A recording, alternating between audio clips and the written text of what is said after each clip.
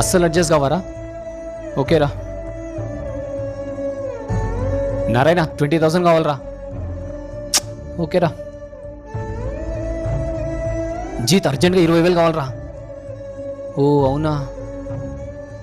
ఎవరెవరికో phone చేసి అడిగావు గాని కళ్ళ ముందున్న పెళ్ళాన్ని అడగాలనిపించలేదా? నన్ను అడిగితే చిన్నపోతావనేగా. అరే సారీ గౌతమి, అట్లేం కాదు. పోనీ ఇప్పుడు అడుగుతున్నావు అనుకో. ఎంత కావాలి? 20,000. లేవు.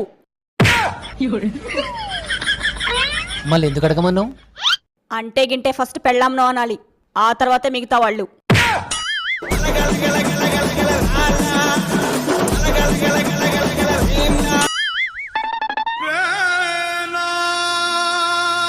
哎呦我的妈！